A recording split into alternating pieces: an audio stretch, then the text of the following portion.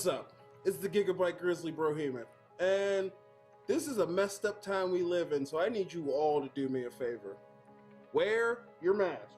Like this, not like this, or like this, or like this, like this. Wear your mask. It's for your safety and mine. Because if I see you without one, I'm gonna pump kick a mask onto your face. Got it?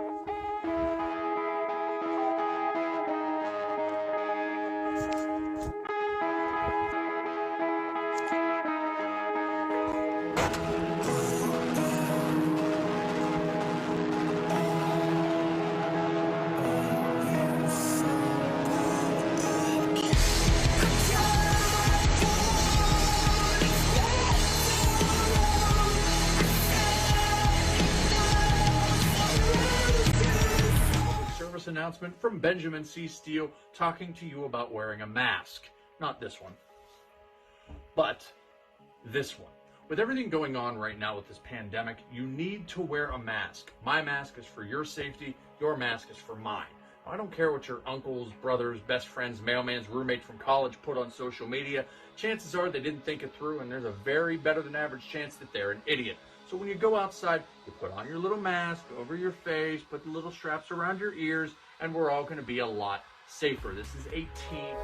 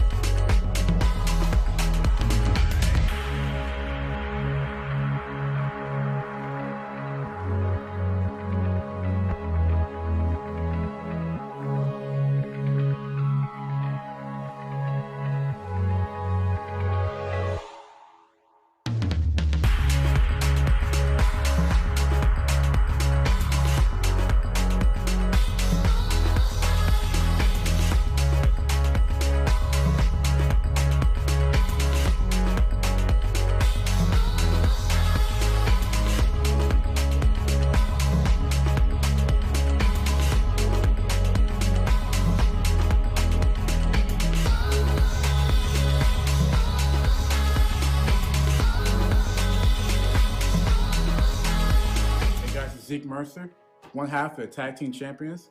I'm here to tell you that if you want to be a champion, if you want to survive this thing, wear your freaking mask, okay?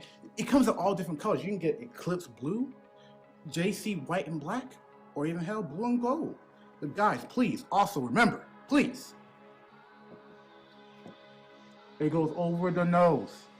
Over the nose. Thank you.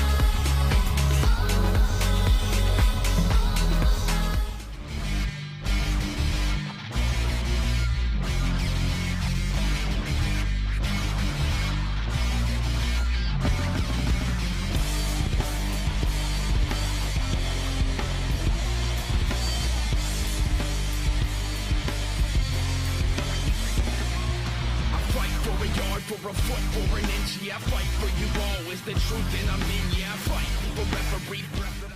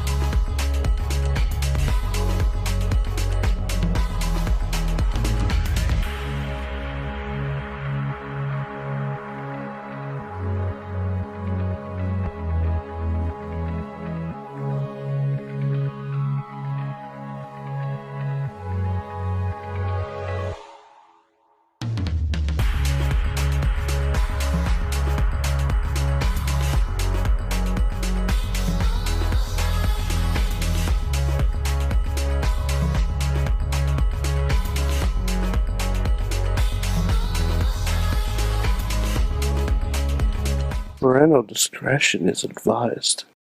This show is brought to you by IndieWrestling.us and IndieWrestling.network for your independent wrestling entertainment. Slice on Broadway, supporting Pittsburgh podcasting with the perfect pepperoni pizza. Just Pro Wrestling News Podcast. No filler, no pop-ups. Production services by Sidekick Media Services. And listeners like you, supporting us at patreon.com/Wrestling Mayhem Show. just wait, just wait, just wait, just wait, just wait. Wait for the perfect time, then attack. Don't give up what you want, take it back. It's the Wrestling Mayhem Show, 765 Tuesdays. We've been talking about professionalized wrestling. I am Mike Sorg at Sorgatron on the Twitter here in the Sorgatron Media Studios in Pittsburgh, PA. Ready to talk all of the professionalized wrestling. Gonna have a lot of local wrestling talk, I think, here tonight, considering everybody here either just came from a wrestling show this past weekend or is involved in one in some shape. Actually, everybody on the show, except for our New York connection, is involved in a wrestling show in some shape or form this weekend. He's our guy in the So he's our This what? is my wrestling He's show. our guy in the He's truck. our guy in the truck, but I mean, but he's the guy that lives wrestling every day in his heart and his soul. He is the only Mayhemmer with a future endeavor letter from the WWE and a Slammy. He is Mad Mike from Beacon, New York. Yeah, that's me. Sorg, I'm going to tell you something that not a lot of people know about me. I hate getting a digital fist. Duh. I didn't see that actually. I caught like the latter half of SmackDown maybe, and I was just like, oh, I'm not feeling this, brother. Oh, I'm not I feeling got, this. But But I listen, got heated watching SmackDown. Like, I got nobody, fucking listen, nobody heated. likes to get the digital fisted, Mike. So I understand that. I understand that.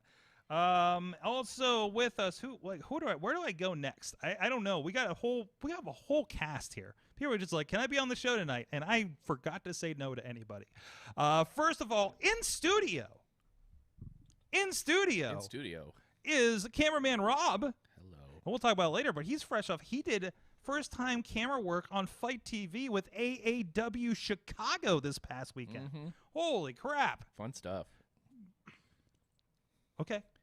Well, no, I was waiting for another comment. And I will tell the tale. Intro, Rob. And he's Electric. excited And we have about it. 2PW coming up this weekend. Yes, we do. We'll Now talk it's about time that. for Corbin to say the word of the day. And we also have back with us, he will be involved in another wrestling show this Friday at KSWA in, I don't know what town that's in. Ronnie Starks is with us. Hello, everyone. Hello, welcome. Greetings. Exciting times ahead. Yes, it is. Yes, it is. And also, first timer on the show, popping his Mayhem cherry.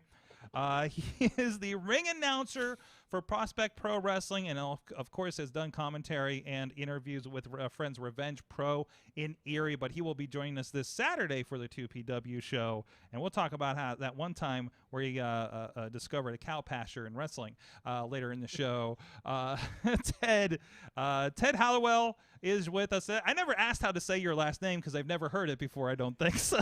It's you're so close. It's Hallowell. Hallowell. The irony. He makes the sure. way I always describe it to people is you almost give up halfway saying it. You're like, Hall. Oh, well. Yeah. Wow, that's good. That's good. Listen, I've been messing up names for weeks with some of these podcasts I've been doing for clients. Years. Okay. Years. And just the irony is it's his job to make sure that we know how to pronounce everyone else's name. It is. It is actually. Yeah. So that's why he's the expert, right? It's like, why doesn't somebody say my name once in a while? You know? Yes. Yeah, you guys don't know. My name's been McKee this whole time. I've just let Sorg roll with it. Okay. All right. Hey, you know. But anyways, this is the Wrestling Mayhem Show. We're gonna have a lot of fun. Thank you, Ted, for joining us. And Ted has not listened to the show. He does not know what he's getting into here. And say a prayer for him now. So hopefully there's no Peacock news tonight. But anyways, you can check out everything at WrestlingMayhemShow.com. You can hit us up at that email address. Good times. Good times at WrestlingMayhemShow.com, or that hotline. You can call in, leave a message, put it on your phone under your ex-girlfriend's number, 412-206-WMS0. Tweet us at Mayhem Show, and also please follow the Wrestling Mayhem Show Facebook page and group. And we are here live every Tuesday at 9 p.m. Eastern on Facebook Live, on the Wrestling Mayhem Show YouTube page, and on the Sorgatron Media Twitch page. So however you like to consume your streaming content, we do encourage you to do so. Also, if you like your things in a podcast form, we are still technically a podcast. Don't let them fool you out there. You know, they, them on the internets.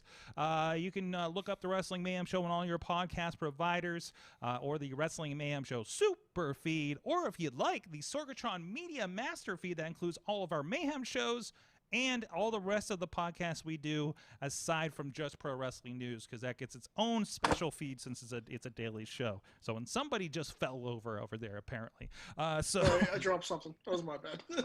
God, Ronnie, please leave a Good review. God, the Chris Farley of podcasting, ladies and gentlemen. Fat guy in a little coat.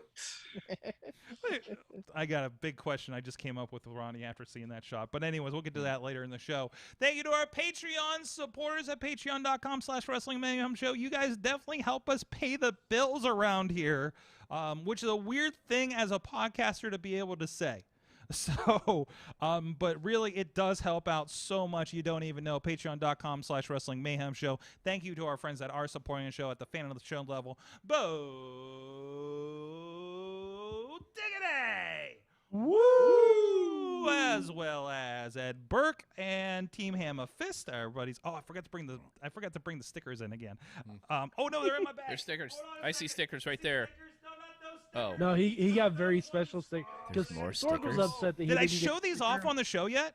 No, I you haven't. showed the thing. So Team Hamfish, Jesse sends me. I'm like, I didn't get a vaccine sticker. I didn't either. I never get a voting sticker either. You went the VA. They don't have Yeah, I shit. get the VA. Come on, You VA see, doesn't. They treat us vets like shit. We don't get stickers. You're lucky. I got a vaccine button. Whoa! You got a button? I got a button. Look at this. I would wear that around. Actually, I wish. This is starting to remind me of, like, okay, like, say you're going to buy a DVD or something, right? And it's like Avengers, and it's like, oh, if you buy it at Target, you get this little promo item. But if you get it at Best Buy, you get this other one. So you saying I should have gotten my vaccine at the Best Buy? You should have scouted it. You should have scouted it a little better to see who had the best promotional I saw item. that in Philly. If you got vaccinated at the site of the Flyers game, they give you 2 free tickets to a Flyers game. Yeah. And I'm like, why would you want to punish people for getting vaccinated? There's that. There's that. If anything's going to scare you into getting vaccinated, it's Gritty, right? I just realized I haven't even opened these yet. But yeah, there they are. There's the cool if you're on video, the vaccination stickers at. Those are really cool. Oh my God. Look at this. Jesse does good work. It's the Jesse does skeleton. Mike, what's the website you can get these at again? I believe it's fully gimmick. Fullygimmick.com. That's right. You're right. And so I didn't see the stickers on the site, but you can get T-shirts and stuff, and actually masks with this. So this is awesome. So this is going to be passed around amongst the Mayhemers a little bit. So Rob, make sure you get one before you leave. Yeah. So I like putting stickers on things. Yay! Yeah. I like stickers. Yeah. I need to put it on my camera case for when I'm traveling to Louisville. I this need to weekend. start on my laptop because it's kind of new. Plus my iPad's getting a little. Too They full got a lot of stuff. stuff on that iPad. Yeah, but including I one know of I'm noticing Jesse's other ones. I'm noticing some of our stickers on it. Oh, RWA, there you go. Yeah, Support RWA. indie wrestling. A lot of- Great Jesse the Mark does that a lot one. of Fright Rags stuff. But anyways, I have to shout out the rest of the Patreons. Our friends, as I'm trying to open this, at the Poppy Club, Dave Podner, and OccupyProWrestling.com. At the Pizza Club level, Doc Remedy, Kyle Turner, the Riz of Riz Plays Games, and Bobby F. J-Town. I finally opened it. And at the manager level, our friends, Farnsworth Investments, Bradley Brothers, Tina Keys, and yes. Thank you, everybody. And you can support all of us at patreon.com/Wrestling Mayhem Show. Or you can support us by sending us sweet stickers. That's awesome, too. Fullygimmick.com. Oh, my God, Sorg. What's happening? Fully gimmicked. Yes. Did a shirt for Nick Camarado. Your buddy, your old EFED friend. His shirt is Big Nick Energy. Big Nick Oh, Energy. I think I might get it. Just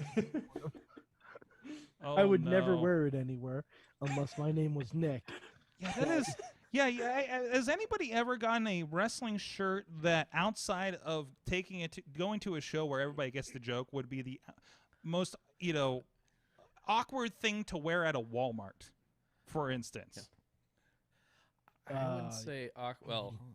I'll get into it if I'm sure talk to what I someone did at bought the AEW, APA always pounding ass shirt. Yeah. Well, yeah, that's a tough one. That is a tough one. I got to represent one of our guys over in Chicago until I was given the opportunity to work, and then I got rid of that shit real fast. Yeah. So yeah. I got one. I got it from just a to guy. wear a blank shirt. Just I was at a show in Michigan. Mm-hmm. I can't remember the letters of this. It was south of Michigan, I know, outside of the city. And I picked up a shirt from this guy's name was Big Fish something. I can't even remember the rest of his name. And the shirt is just like a fish fishing or something, right? And I'm like, nobody's gonna get this shirt. Nobody's gonna understand. I bought it because he said that the money was. Hold on, I'm sure I just got WrestleConned. He said that the money was going towards like a charity that was going to help like youth fishing or something like that, right? Yeah. So I'm like, I will do that, sir. I'm going to be that guy, and then I never saw that wrestler again. I'm sure he wrestles locally in Detroit or something, right? But I'm like, maybe I'll wear it next time when we go to Ann Arbor. We'll find a wrestling show. I'll wear it to a show and see if anybody's like, oh, so and so, right? Somebody will be like that guy, and you're like, yeah, finally. Otherwise, you have to at least have your name of the person on the shirt, like my Band Man Dan shirt. So, but actually, a lot of people know who he is these days. Because it's one thing if it's weird and it's just weird, or it just doesn't make sense. But it's another if it makes enough sense to where people start asking you about it, and then it becomes annoying, And they think it's something else, like the main event shirt. Like it's like the main event is for everybody. Yeah. No, that's fine. Yeah. That's fine. Maybe the worst case they'll say you misspelled main event. I'm like, no, actually, let me tell you about these guys. Yeah. Let me tell you about these guys. You should know about them. They're on TV now. This was merely bait. Yes. Yeah. Welcome to. Let me tell you about the good news about pro wrestling. Yeah. It's the main event. But anyways, the chat room's really living it up in there right now. They could have given away pirate tickets as empty as the park was empty before COVID. Come on. Yeah, like when they say what is it, 10% capacity or whatever it was originally, it's like, you know what? Well, that's not much. It is May. The Pirates are already mathematically eliminated. Yeah, absolutely. You just give them a couple weeks. Yeah. So, anyway, NXT's happening right now. We talked a little bit about Blood and Guts last night. I didn't know if anybody else might have seen the match that wants to comment on it from last week. I think our consensus last week was decent War Games match, and just the unfortunate weirdness to the finish. Did anybody bring up how it was like like I noticed when I was watching, once they get up to the top of the cage, that's like all they showed for the next like 5 minutes. Yeah, I forgot to mention that last night. Where but- it's like okay, we know it's gonna come down to that anyway, but it's like it would have been interesting if like, okay, what if like half the heels were ready to submit, until before MJF pulled his ultimatum, Yeah, kind of like there's a sense that everything else happening is still kind of important, but again, it's just like, well, the focus is up here. Yeah. Despite the fact that there are like 8 other guys in this match. Like it'd be funny if the match actually ended and yeah, it's like, oh wait, shit. Oh, we're up here. Oh, somebody gave up. Whoops. Oh, Sammy gave up in the cage and nobody knew about it. Honestly, you could have done that top of the cage spot after the match. Too. Mm-hmm. Yeah. Oh, absolutely. Mm-hmm. So, I mean, technically they did. Oh, you mean entirely? Maybe. As a post-match situation. Yeah. Yeah.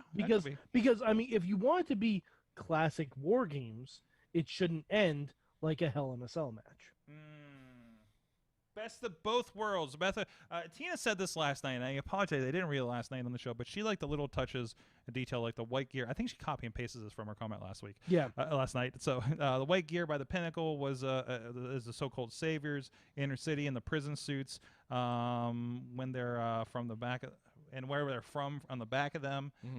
Powerful and Proud and Abdullah the Butcher with a fork and Seymour. The dead president's makeup. Sure. Yeah. There was a lot of cool calls in that. Yeah, so like the spirit of the War Games match was like really cool in that aspect, and bringing the violence, like the classic quote unquote ones as well. I didn't notice, but did we have any jeans tucked into boots? I think that would be that's like the true sign of a cowboy. I don't think anyone had jeans on. Yeah. Yeah. No, I think there was. Okay. I don't think anyone was dressed in street attire because the Inner Circle all had prison jumpsuits. Right. on. Right. Yeah. So, but that was cool. That was really cool. And I think other than that, beyond that, it's going to be a mess, and that's all it's going to be, and that's what you expected, right? Mm-hmm. So, no, that's fine. That's fine.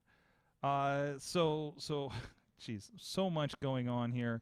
What else happened this last Can week? we talk about that shitty ass SmackDown?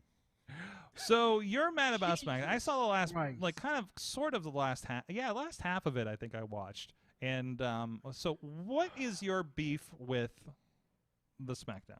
All right, Sorg. All right, this is a question for everyone. Everyone, when you hear the term "Throwback Smackdown," tell me something you think of. Just tell me something you think of off the top of your head. Like if you were going to do a throwback SmackDown show. I think about Rhino spearing Chris Jericho through the set, and then we had to replace it the next week. Yeah. Okay. Right. Okay.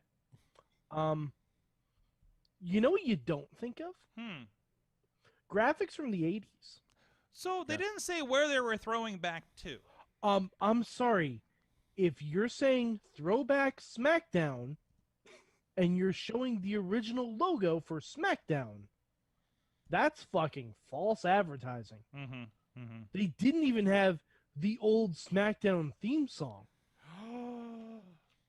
What was the original? It was just kind of noises. Go. I forget the noise. To the room, to the round, to the room, to the round. Like, whatever it was. Like it was a Jim Johnstone probably made song. Because I think I was immediately thinking ahead to when it became Beautiful People, right? Yeah. No, pre-Beautiful People. Let me see if I can come across it here real quick. But no, they should have at least been. Did they just have like the AC/DC still? What they did was they showed a couple clips of The Rock talking about SmackDown as if he was going to show up. And then they went into like an opening from the late 80s. And I'm like, what the fuck is this shit? Like I was literally sitting down eating dinner, and the wife didn't want to watch SmackDown. I'm like, I just want to see the first 5 minutes, see what the intro is like, because it's a throwback episode. And I got so irritated, I didn't even watch who came out first. I was livid with it. Absolutely It's just a lot of noises. Yeah. Oh, he's saying on the ground. Okay. I get it now. I think I remember it more from the video game than I do from the I saw someone on Twitter. Yeah. Take the old Across the Nation Raw theme Mm-hmm. and splice in a bunch of AEW. Oh, that was really cool. Yeah, it looked fucking awesome. Yeah. Guess what? You could have done that with the old SmackDown theme and the new SmackDown wrestlers. Dear And it would have WWE. and instead of the part where The Rock like sniffs, that's where you have Roman Reigns hold up the belt because it's Roman. It's still in the family. I mean, if Botchamania can redo it, that's where I hear it mostly these days is Botchamania. Yeah. But man, I mean, that's not a hard edit in either. Looking No, at this it's thing. not. I mean, it just okay, except for when they're like green screened Stone Cold over top of everything. So, but other than that, but I think when I think throwback SmackDown, it's again, it's like you've got one thing in your head, but then it's like, no, I'm half expecting to see, like Paul London and Kendrick and on all the Basham teams, brothers. When all the teams, like you forget that those guys were tag champs for a we year could have brought in because you Paul forget Cannon. because you forget every single team that they feuded with for the like Jamie Noble and Kid Cash as the Pitbulls or whatever. Mm-hmm. Yeah, dude, give me Deuce and Domino if you're gonna do a retro SmackDown. With Cherry. Yes. You got to throw in Cherry. But like the only thing they did was they wheeled out Teddy Long, and I don't even think he made a tag team match. he didn't make that like 8-man tag that they had or anything. No, he did say someone was gonna have to go 1-on-1 with the Undertaker, but Jeez.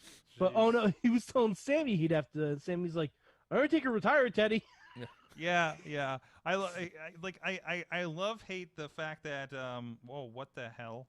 Sorry. I love hate that they keep rolling them out and just say something about the Undertaker and then somebody has to remind them. So you know what? I have to say something because if you listen to the Patreon, I think we were giving some shit to Ronnie because he was watching the Haunted Mansion instead of NXT and making bad life choices.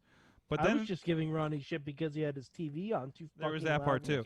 But I want to say there is a new announcement for Disney Plus Originals. Sorry, I know it's not Monday. I just saw it. I was looking up SmackDown stuff. There's going to be a Muppets Haunted Mansion on Disney Plus. It's gonna be fun. I think. Yes. So yeah, I'm kind of down. I want to hear Kermit be like, "Is this room actually stretching, or is it your imagination?" I don't know I never Wow. seen the movie. Jesus. Never. Wow. I don't think there's anything iconic enough in the movie to really. You'll see that I'm laughing with you. Waka waka. See, everything I think, because I've never been to Disney World, everything I think about the Haunted Mansion is actually the Ghost Manor at Kennywood. Okay. So, it's because they have no that because they have that 3D video guy playing at the beginning out of the painting, and before you go into basically a zapper gun cart mine car ride. That ride's great. They actually took the zapper out now, and it's just Then a why ride would you through, do and it? they added a bunch of stuff. Oh, they did it for COVID, right? No, the Scare House actually just added a bunch of stuff in there. Oh. So now it's just a ride through. Oh, the Scare House did it. Interesting. Yeah. They restored the Garfield ride into the old like this Old is mill. Sorry guys, this is very local. Nobody cares. I'm sorry.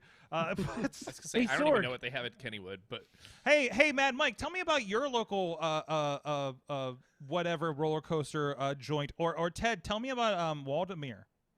Oh, I want to go to Waldemere. I miss Waldemere Park. I've got a quick one. Was my dad used to live in Southern California, and after my parents got divorced, and we went to go visit him, and part of the vacation was going to be we were going to go to a different amusement park every day for like 5 straight days for start and not exactly in the order that you should go to them, right? Yeah.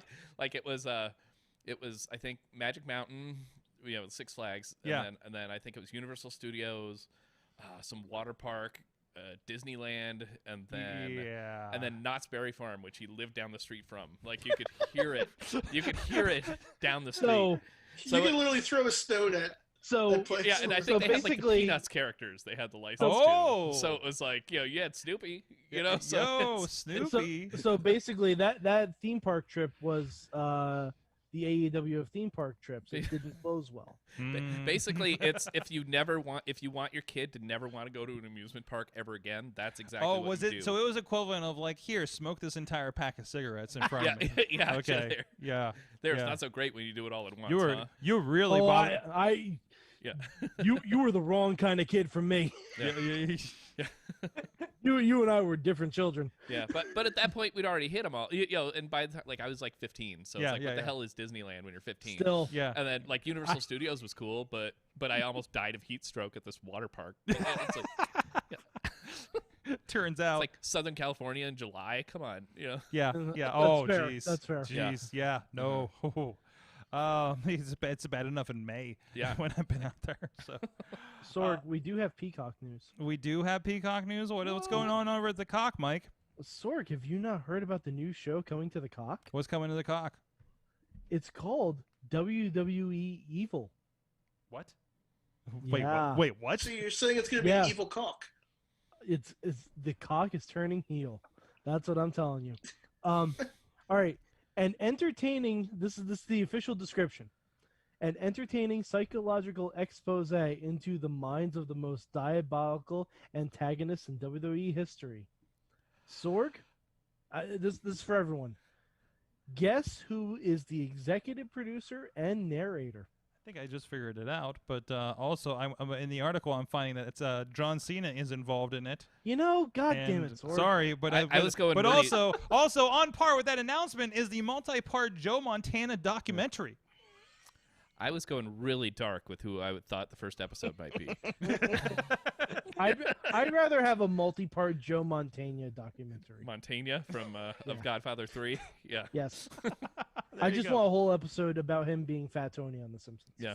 So John Cena, who's never been a heel in his life, he's exploring all the heels he's created. Oh, that's like let's have Hulk Hogan do a takedown piece about the Dungeon of Doom. Yeah. It's just like it's coming to Vice. So, psychological expose on antagonists in WWE. Cena doesn't need to do this. No, he doesn't. But he's executive producing it? Yeah, he's executive producing it. What the hell? This is what happens after Bray Wyatt erases you in the Firefly Funhouse. You come back to produce documentaries. So he's narrating the WWE Evil series over on the Cock. And then he's also has the Suicide Squad coming up here like next month? July maybe? No, I feel in like the it's summer. later in the year. Is it late? I thought it was a summer I think release. it's like August or something. Which is going July is Space Jam, I think. Okay, which is followed by his ongoing series with that character from the Suicide Squad. So I guess spoiler, he doesn't die in this one. I've heard it's a prequel. Maybe it's a prequel That series. could be too. I guess that could be too. Yeah. So wow, and plus he's on Wipeout. Mm-hmm. He's on like every major. For someone thing. you can't see, he sure is everywhere. Yes, he is. He's trying like Has anybody hell to watched make that you new see him. Wipeout? I don't know, but I enjoy the commercials. Yeah. I've turned like an episode or two on. It's enjoyable. It's a good thing to have on in the background. Just the banter between him and Nicole Byer is great. Yeah. I would love to know, like, if someone could go back to the first season of Nailed It and just tell Nicole Byer that, hey, did you know in 2021 you're going to be doing a show with John Cena? She'd be like, you are out of your damn mind. Yeah. I'm seeing if they got it on demand because I need to watch this show and I have no idea when it's Along on. those lines, kind of wrestling related, I'd like to go back like 5 years and tell Britt Baker that her best friend was going to be Tony Schiavone. Yeah. Seriously. Yeah. Seriously. Yeah. Like on and off screen. So we have a Discord now for Wrestling Mayhem Show. Okay. And Chachi asked, "What's the deal with Rebel not Reba not Rebel or something like that?" So I had Rebel not Reba. Rebel not Reba. Yeah. So I had to explain the whole thing in text. So it was delightful. I'm glad we're educating Britt over there. calls her Reba. She does. Yeah. Yeah. But then like, they always say Rebel not I know, Reba. Rebel not Reba, is but like her official stage name at this point, right? So. But is it one of these like I don't know the origins of it, but is it one of these like only I get to call you this kind of thing? Yeah, it is because she was so. Yeah. So Rebel, and this was around the time that she was in town here working a promotion that we were doing a couple years ago. And she started at AEW or AEW. Oh man, Bobby Fish is back. Has anybody told him about the Undisputed Era? Oh no, this is the moment we've been waiting for.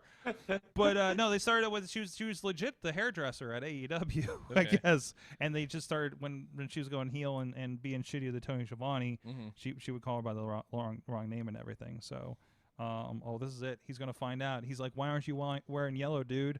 What do you mean Cameron Grimes bought our thing? So we've hurt himself just the Avengers Infinity War portion of NXT. Apparently, welcome to where Tony Stark has to catch Bruce Banner up.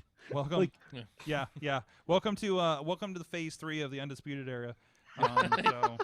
Sorry, I was watching Big Hero 6 series. Shit's about to get cosmic. I was watching Big Hero 6 series, and they were like at the mid-season cliffhanger thing, and like Fred just keeps going, no, we don't get that until phase 3. We're still in phase 2, Big Hero 6. So, good references.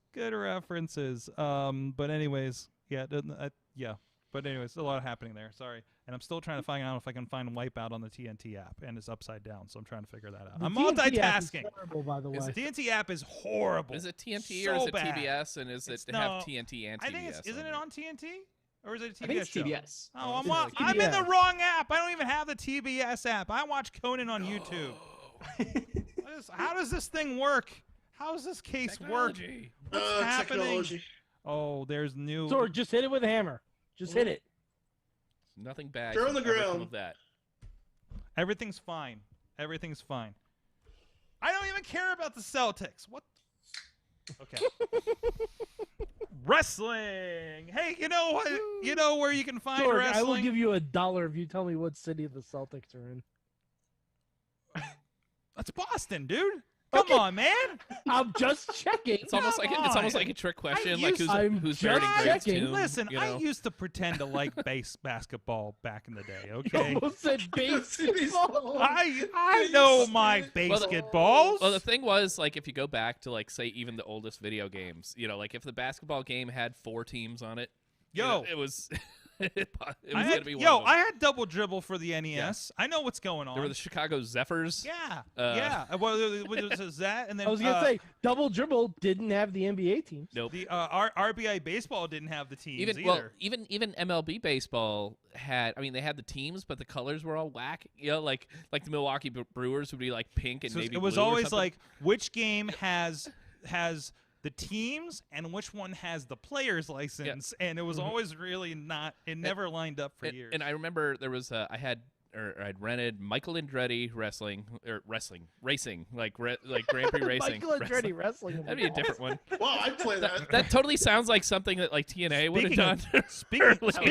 Honestly, it sounds like something TNA has done. Has done. I'm Speaking sure. of Crush he was probably a tag team champ, you know, but Pac-Man Jones. But it was Michael Andretti, like Grand Prix racing, and the big gimmick on that was that, you know what, you could drive a blue car or a red car. Whoa! You had that Sign me the fuck up right now. Well, I can tell you where you can watch wrestling with about 80% less cock. That's IndieWrestling.us, IndieWrestling.network. Jeez. Still working on those segments. Including hearing Ted's fine voice at Prospect Pro Wrestling as a part of that. Every Prospect Pro Wrestling show released is over on IndieWrestling.network. You can watch it all, including the latest show shortly after this Saturday, all for $5.99 a month. Thank you, everybody's been subscribing through the pandemic, and now we have a lot of new content coming in there, and appreciating you guys staying with us and checking out. And Rob is just I don't know, doing what with the mic over there. Be more careful with the mic. I totally just clubbed the mic. I couldn't go. Yes, he did. Yes, he did. No. So, anyways. No, you can go check out everything at IndieWrestling.us, IndieWrestling.network. We will be talking with this week, and that will be posted, I believe on Friday it should go up, but we will be talking with Joe Dombrowski about the Brian Pillman Memorial Project, which has encompassed many of our lives around here, including Rob's and mine. I've seen too much. I've seen so much VHS transferred content over the last few months. It's been incredible. I believe the first time compilation of all the Brian Pillman memorial shows. All the surviving footage. I think footage. 99 is the only one that we don't have the entire show, complete like front to back. Yeah, everything of. Yeah. So that is, of course, Joe Dabrowski for DVDs. JoeDabrowski.com for that. But we do have the VOD for rental or purchase of and digital download over at IndieWrestling.us. There's also, Rob, you actually had a big hand in producing, or at least editing, the new documentary that's a part of this, correct? Yes, I did. There's the two different documentary features. One is a conversation between Les Thatcher and Brian Pillman Jr., which I edited that, but I mean, it's just back and forth. Yeah. And put in, video clips and B-roll and stuff. And so you kind of get the one side of the guy that helped put those shows on. Yeah. And then the other one where we had all the interviews and stuff, I think Joe might have edited that, or did you? I didn't know. All I did was put the DVD in. I put the overarching things together. I think Joe did the editing on that, and then I went through and fixed the sound and did B-roll and stuff like that. It's something like 14 hours of content. It's crazy. And even each of those, like the Pillman and Les Thatcher thing, I think that's over 2 hours on its own. And then the Inside the Locker Room one, where you've got all the interviews that were coming in like 2 weeks before, it was like we're putting the final touches on it, and it's like, oh wait, we've got stuff with Christian, because there's some fine interviews that I noticed are on a couch that you may notice from BTE and the Dark Order segments in this feature. So so great timing of Brian Pillman Jr. being around AEW, I suppose. Yeah, because he became obviously a bigger deal during the course of us working on this. So it's like, I guess Joe already got like pretty good access to things, and then having access to Brian Jr. and Brian Jr. having access to AEW talent, half of them who were on the show, and Brian Pillman Jr. had a big hand in this. Yeah. I don't know if he's officially a co-producer or something on this, but it's something to that effect. And we'll talk with Joe about that process a lot more here on Thursday. But go check that out. And also, Rob is also responsible for the wonderful trailer of the event as well that you can check out. Yeah. Right. And like you said, we've been looking at a lot of stuff that's 20, 25 years old. It's my eyes are pretty strained from. Is it wild? Did you think you'd be editing something? This is the teaser. I didn't realize I included here. Yeah. But you think you'd be editing something with Stone Cold Steve Austin in the footage, legitimately really, in our time? Man, do we use that footage? Hey, did you know Stone Cold Steve Austin is on this? Yeah. It's in the thumbnail. And it's in the And then he's the first shot. Yeah. I think the first shot and then the last shot, pretty much, that I used. Oh yeah. And it's using the Hollywood Blondes music. And also, I love the cover art of this. And Ted, you know him from up in Erie, our buddy Franklin up there that does awesome caricatures. I love Franklin's artwork. And I saw the cover of this. It's just all of his art of. Is it just a lot of the people on the show? Yeah, it's a lot of people that are on the show. So like, hey, how do we use a picture of Stone Cold Steve Austin? And the answer is the Franklin's going to draw it. And then if if you see the shirts that were on the shows, it's it's not too different. That's the thing. Style-wise. Yeah, because there was an illustration of Brian every year of the show that they used for the promotion. And I think I mentioned that to Joe, and Joe's like, that's exactly what I was going for. Yeah. With to kind of that motif, so it just kind of happened cool. that we kind of knew a guy that does that sort of This thing. is a project that I heard pitched probably 3 years ago now, and it's awesome to see it out there and that response. Like if you follow Joe on social media, that response has been incredible to this. And we talked a lot like on the way to Chicago when we were talking about the Dark Side episode on Pillman last week. Yeah.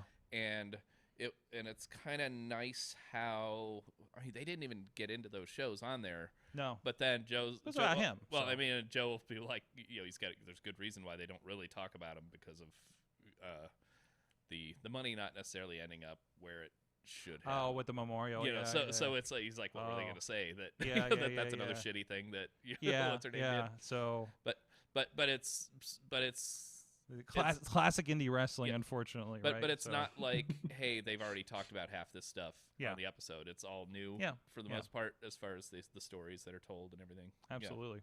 So that's an awesome project. But Ted, you are also involved this weekend and I guess every month at this point, as we're getting back into things, to Prospect Pro Wrestling.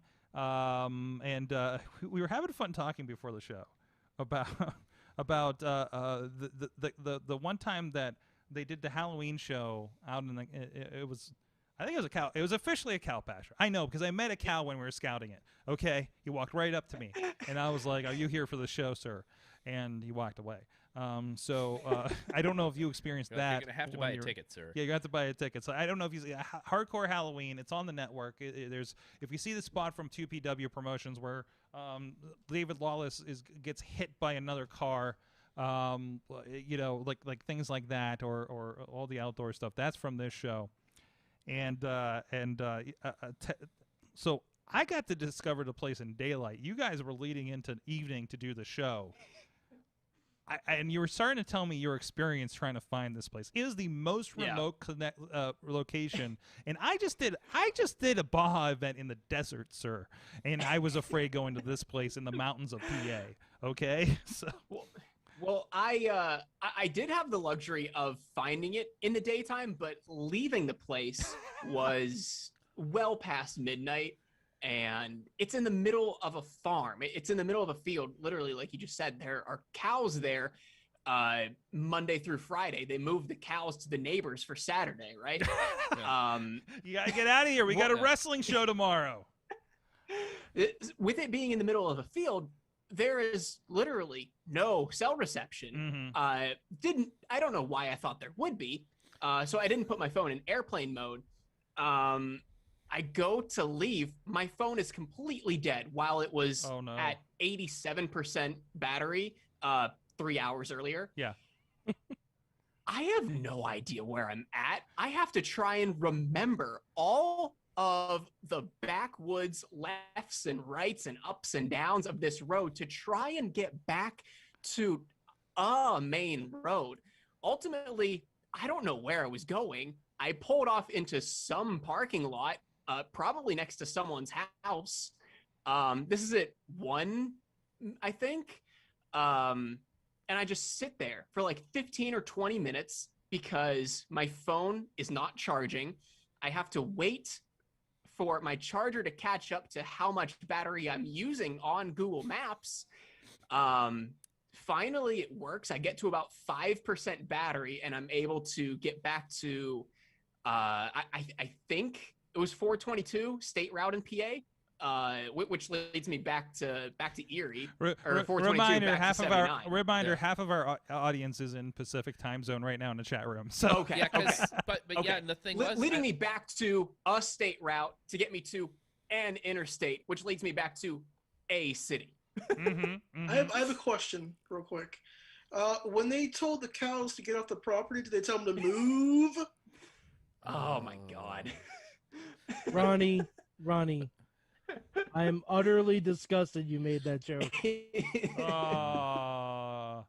No, it was a great. I mean, I really wish I could have been there. Unfortunately, I had something else come up in the middle of us planning this event. But the video looks cool from this event. Yeah. Like, you know, they threw some. Oh, I loved the look of this show with the overhead lights and just the darkness everywhere. Yeah. Oh my God. That field goes on for a while. Like beyond those trees, there's like just more field. I want to point out, like if it was daytime, and like they just happen to be. And I won't spoil it if anyone wants to go and watch this on. Did you say it was on the network, or is it just IndieWrestling.us? It's on IndieWrestling.us on VOD if you want to grab it. It's on DVD, and also it's on IndieWrestling.network with your subscription. Okay, so I won't spoil it if anyone wants to go watch it, but there are moments where things are brought out from the darkness, it's a total surprise because you cannot see them. So I think we're talking about. Are we talking about the now this is a GIF that's gone around, so it's out there. But there's a couple times where there are like backhoes that enter to the ring. I'm talking about backhoes. I'm talking about things shooting off fire. Yeah, I'm talking about makeshift caskets. I'm talking about wrecked cars. Yeah. There's like, I didn't know there was going to be. Yeah, and I think it's the same thing I'm thinking of where. Yeah, at some point there was quite a bit of pyrotechnics that I certainly wasn't expecting. You know, like the crazy shit. You know what the thing is? I was told about it like a month ago before this. Like the crazy shit that was happening. It's like, well, of course there's a tractor over there. It's gonna get used. Yeah. But then it's one of my favorite things about that afternoon was whenever we were like still setting up everything, you could see they were testing out the button that caused the fire to shoot up, and I was like, "Can I please push this?" And they're like, "Yeah, sure, go ahead." Yeah. And I did, and just I can't tell you the sheer joy in my brain that happened whenever my button caused 15-foot flames to shoot up into the air. Oh my god. But yeah, like you were saying with it, the place being, you know, like we were lucky enough to get there in the daylight, you know, and it was still, this was like, you know, what, early October, late September, whatever it was. No, it was on Halloween night, Rob. Oh, it was that's completely right. on It was Halloween. exactly on Hardcore Halloween Halloween, remember? Yes. Remember? I know it was a few months ago. But I mean, you know, it's so long ago at this point. But yes. But I was kind of disappointed by how not in the middle of nowhere we were. Oh, really? Like there's plenty of houses. I mean, it was like I know. I get it. You're from Levin City. You're in the middle of nowhere, and I'm familiar with that. But it's one of those. Hey, if I could get back out to the road, I'm fine. You know. But by the time we're leaving it, like it's one of those in the middle of nowhere locations. But in the middle of like filming, I don't know how many matches there were, like say 10 or so. In the middle of match like 6, they definitely started to draw a crowd from the neighbors, like oh really, driving over on all of their 4-wheelers. Oh my. Yeah, and we had to tell them like hey, can you guys like stand back a little bit because we can't have you in the shot of the camera. Like, we're not supposed to have people here, you know, so get over here. The whole reason that we're doing this in the middle of nowhere so is no one would find us. Cannot have anybody watch this. But then you go crashing cars out in the woods and setting things on fire, and you know, people are like, "Oh, what's going on?" Yeah, it's kind of a calling card to the neighbors. A little bit. It's like a fireball. But getting out of there, it was like of course, I didn't want to park my car anywhere near where any of this stuff is going to happen. Yeah. So it was like, so I'm walking back like a quarter mile, half a mile, where to get my car, coming back, and it's like I can still see the bonfire, so I know at least how far I need to go. Yeah. And then it's like, okay, keep going to the car fire and take a left. Take a left, and everything seems to be gradually uphill. So even though you've got your brights on, you can still only see about 3 feet in front of you. Yeah. So it was like, okay, I just know once I hit pavement, I just need to turn left and wait for my GPS to kick in. I love this show. I love how this show came out. I wish there's the people need to see this show, and I think it is in the rotation on our Twitch page now for IndieWrestling.us. But it is just for something wild, something different, and I don't know if it's still going to happen with everything going on, but I just remember like afterwards, it was like, we got to do this again. Yeah. So like I can't say that there's going to and it may still be with no fans, or maybe it will. I don't know. I'd be afraid to be like it's gonna be like you know, the Polyam Call Party kind of had the secret location thing happening too, but it was definitely not in the middle of nowhere. You know, it was actually in the middle of everything nowhere.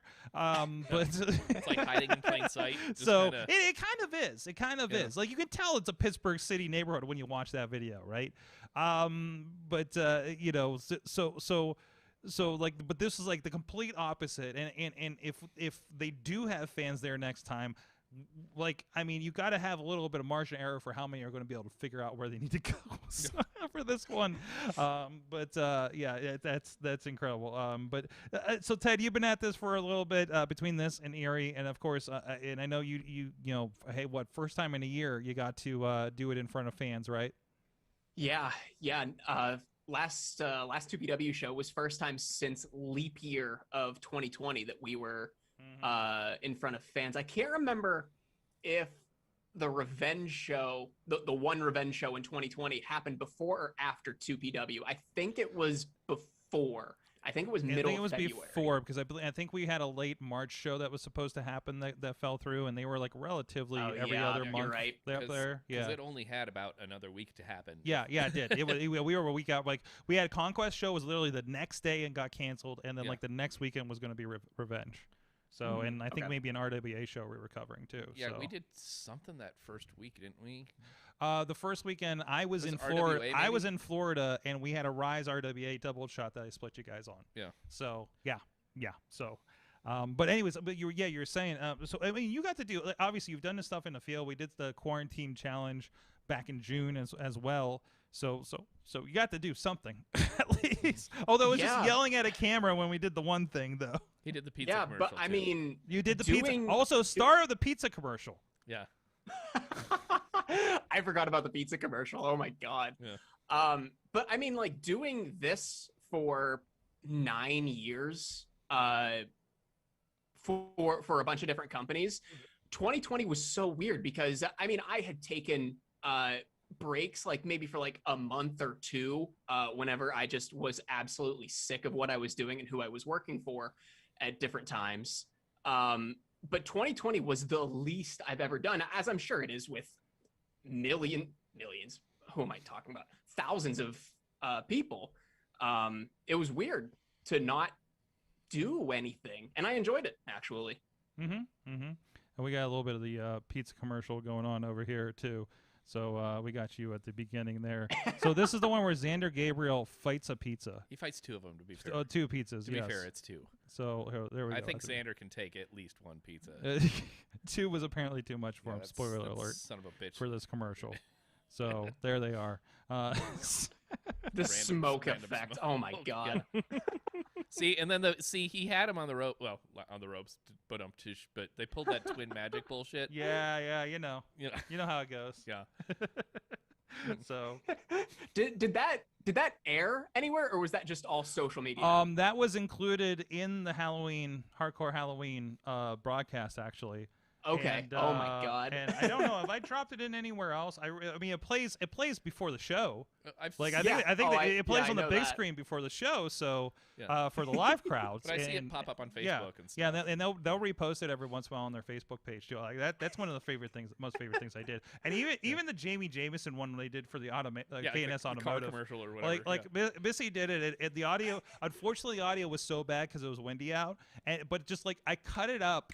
And it's that like really bad cable access commercial cut up I did like completely on purpence, just to bring it all together, and like just a bad list here and everything like that. And I think he points at the phone number on the car, and they seem to love it. So I was like, hey man, but I mean, is that the same sponsor from where we got those cars? The demolition cars? Yeah. No, that's the demolition derby people, I believe. Yeah. So they're pretty nice. They're like, hey, they're awesome. Do what you will. Yeah, they're great. They're good. Well, at one point, they brought a demo car to one of the 2PW shows, and they're like, "Hey, if you guys want to sign the car, that'd be awesome." I'm like, "This is really cool. I've never signed a demolition derby car before." Yeah. Yes. I was I mean, I can't say it's the closest I've been to. My sister actually drove demo cars, but so that was one of the good pastimes back home was the demo derby. So, but I do miss a demo derby. I want to go to a demo derby really bad. Yeah. I've wanted to for years, again. But anyways, but Prospect Pro Wrestling this weekend. A bunch of matches announced. Ted, is there anything you're looking forward to in this show in particular? I mean, I'm looking forward to it all. I like going into the shows as blind as I can. Obviously, I do research as to who is going to be there if I am going to need to announce someone entirely new. But I like, as opposed to, or not as opposed to, in other promotions, I'll do commentary. So I like trying to watching the match as a fan so that I can experience that. I know I'm not doing commentary in 2PW, but I still like doing that just for my own enjoyment. Does that make sense? Mm-hmm. Yeah, absolutely. Plus, again, it just helps you later on. You know, like I think we do have a couple of new faces, don't we? I think. There's a couple new faces. I think they're from the Steel City or Iron City Steel. Yeah, because I think there's like a three-way or something. Yeah, or there's I a think three-way. It's Mambo and maybe Mambo's in there. Of course, Kitty Arquette's going to be back on the show. She hasn't been. I don't think she's been on a 2PW show for about 2 years. Yeah. So good to see her back in the fold there. The Rev will be there. We think. I think he's pulling double duty that day. He's pulling some time travel. What he's doing, I don't know what's going on there. But I'm not going to get into that on the show. But Rev, we love you, and I hope I see you Saturday. So, and then the whole crew there. It's a lot of fun. Really unpredictable. I mean, my God, last time we had this guy. So I'm sitting there, and I'm like, and they're talking about this guy, and I think he's the guy that like runs the building or something. And they're talking about Stone Cold Steve Austin, and I'm like, who the heck is this guy? And I look at him, I'm like, and he was on Broken Skull Ranch with Stone Cold. And I'm like, wait, that's why we had a stunner at the end of the show. So, oh my God. And yeah, so, well, you did the show, you didn't even know that, did you? Yeah. I knew he did a stunner at the end. I didn't know that, I didn't know he was on a show with Steve Austin. Yeah, was he on one of his shows? Yeah, he was on one of the shows. Like I found there's an article about local, Freeport or something. Individual is on because what was that? It was on CMT at the time, because it was like right? Broken Skull Challenge or whatever. Yeah, it was the challenge. But it's like, I'll be damned. Yeah, exactly. Because remember, Hooven made an announcement about you looked better on Stone Cold show or something like that. So when I went back to edit, I'm just like, wait, what's going on? What's he talking about? So yeah, but no, yeah, it was a wild time. You never know what's going to happen. The Gambino brothers reunited, I believe, for the first time in 2PW that last show. So, but then I don't think they are announced for a match this next show as well, I believe. Because I think it's them against ETF again. Yeah, I think they're officially them and ETF in a standard rules match. Yeah. Yeah, right. We'll see how long that lasts. Like any Gambino brothers match is standard. So it's a legitimate match. Hey, as long somebody do me a favor. I just remember the good old days. Mike, you remember when we had an entire row of people stand up and say, hey Gambinos, move this. So back when they were the moving company. So those were the good old days. I think Marshall had found that image of a long-haired me doing that. They are a legitimate businessmen. They are a legitimate business. And they definitely are now, right? Yeah. They're running a promotion. Yeah. How is the potentially illegitimate, allegedly moving company now running a wrestling promotion? I'm just saying. I don't know, but we are a Sorry, pro it's because they legitimate moved a business lot of stuff. podcast. That's right. Yeah, that's right. What's that, Mike? They moved a lot of stuff around. They moved a lot of stuff around. The movement business was good. So excellent. So Ted, Ted, of course, you're Ted on air on all the social medias as well. On air Ted. On air Ted. Close. Dan, I just screwed up both your names. You are messing up everything. Oh. For years, he's been trying to straighten it out with the other Ted, who does it the other way. Oh, I see it. I see it. He's having a Ted off. I got you. Like he didn't go through all this trouble for you to mangle it like that. Okay. We'll have a Ted on air talk. Okay. Sorg, at least Ted on air doesn't exist on Twitter, so you're not calling. Oh, good. Oh, good. So, on that note, and then Ronnie's going to be at wrestling this weekend. You are going to be featured alongside the good guys at KSW in JB's Bar and Grill in Trentham or West Deer or wherever I live. This is an outside show, so I need to start checking that weather. It's going to be a good day. Wait, did you not know it was an outside show? Me? Yes. Oh, I knew it was outside show, okay. yeah. Okay. I thought you said it is. I'm like, oh no. Somebody. No, I know it is. Yeah. Yeah. I mean, I wouldn't be surprised. I've seen a lot of showing up the buildings and be like, is this where we're wrestling? Is this what's happening right now? I mean, they do shows under bridges and stuff, don't they? The KSWA. KSWA does. Yeah. I really wish. I'd love to go to a brawl under the bridge if they ever bring that back. They're bringing it back. Those look like a good time. So, and I think they are doing outside shows for the duration that I'm aware of. So there you go. Bring your own chair, apparently. So we're at that point there. So, but no, looking forward to that. Looking forward to experience. It'll be my first in-audience show since NXT last year. So I'm looking forward. I'm looking forward to this Friday. We're making a whole night of it here on Friday. So. And I like how literally it's like 5 minutes from my house. Yeah, So there's that too. That helps. He's on the street team. So, wait, are you wearing? Wait a minute. Well, Are it's you? his Wait street. a minute. Are you wearing the shirt of your team's opponent that night? I am. Brohemoth? Yeah, fuck that guy. It's laundry day. It is. Laundry day is a very dangerous day. Ronnie's like, I found this in a parking lot. Yeah, I found this at Goodwill. Yeah. So. Whole $5 at Goodwill. You know, there's a couple of moments where wrestlers, I'm not going to say which ones, but they'll send me a picture like I found my merch at Goodwill. No.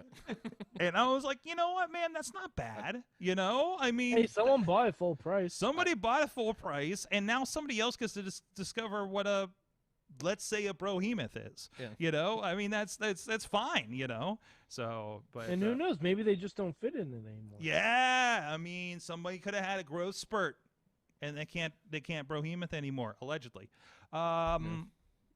Young Roxanne, apparently.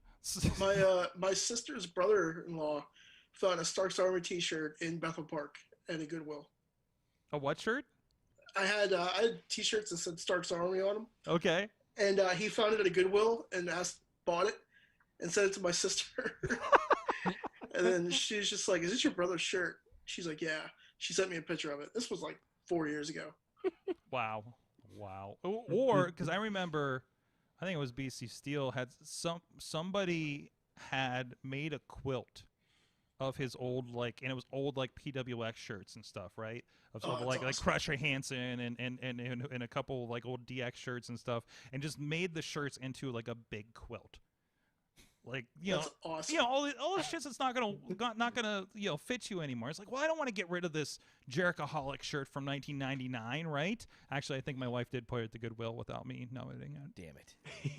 So because it doesn't really fit anymore. But Damn it, Missy. but still, it's like it's an original Jerichoholic shirt. What are you doing? Yeah. So.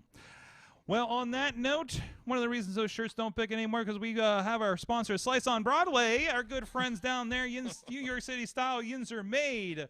Beachview, Carnegie, East End, North Hills. And if you're in the area, please support our friends at Slice on Broadway. If you're not in the Pittsburgh area, if you're out there in Tina time or wherever you may be in the world, please support your local pizza. If you have pizza, because there might be some people otherwhere in the world where I don't know if you have pizza in Thailand. I can't remember if I had pizza in Thailand. Can you imagine living in such a place? A place without pizza? I don't know. They have a 7-Eleven, so maybe they have pizza. I don't know. If you don't have pizza, learn. Also, if you're in a place like Thailand where they don't probably have pizza, and you pick up a bag of snacks, and it has the colors that usually indicate pizza, read the label still. That was my mistake. But what and if it it's in turns Thai? out, when you get, they're kind of like pork rinds, but they're seafood flavored, you might have a long bus ride. Okay, anyways. Sorg, it's okay. They have Pizza Hut in Thailand. They do. I'm sure I ran into it. I don't know. So, there's a lot of Chinese food in Thailand. We had a KFC on base in Saudi Arabia. Oh yeah, Yeah. that's on base, but they import that. Come They on. have weird looking Thai pizzas. Yeah. Oh yeah, I'm sure. Ooh, weird looking Thai pizza. Is it weirder than California style? I'm 'Cause deep what the diving hell? on this now. So Mike's going to do some research. We'll be right back with the results of his research right after.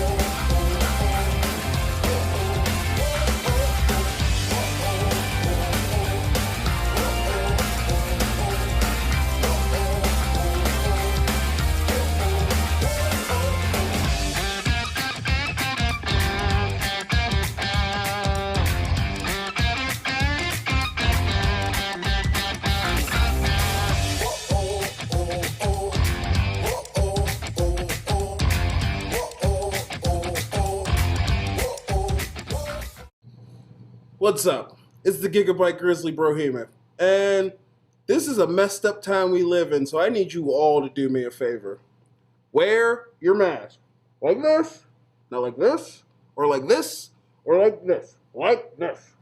Wear your mask. It's for your safety and mine. Because if I see you without one, I'm going to pump kick a mask onto your face. Got it?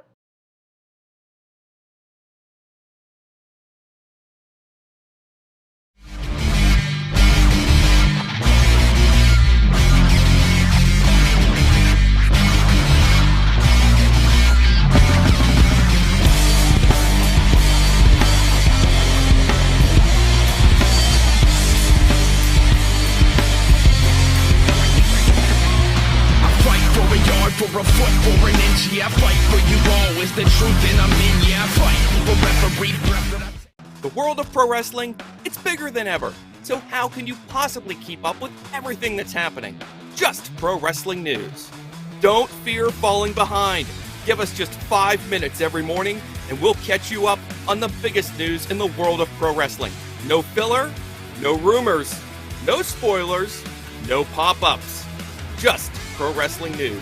Subscribe on your favorite podcast app or tell your smart speaker to play the Just Pro Wrestling News podcast. Find out more. Go to justprowrestlingnews.com.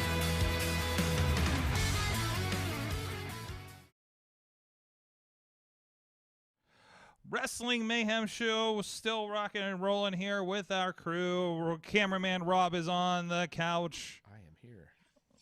Telling us about the buckets of blood over at Chicago. Yeah, you're definitely not in Pennsylvania under the state commission out there. I'm going to ask Mance about this like next week when we see him at Conquest.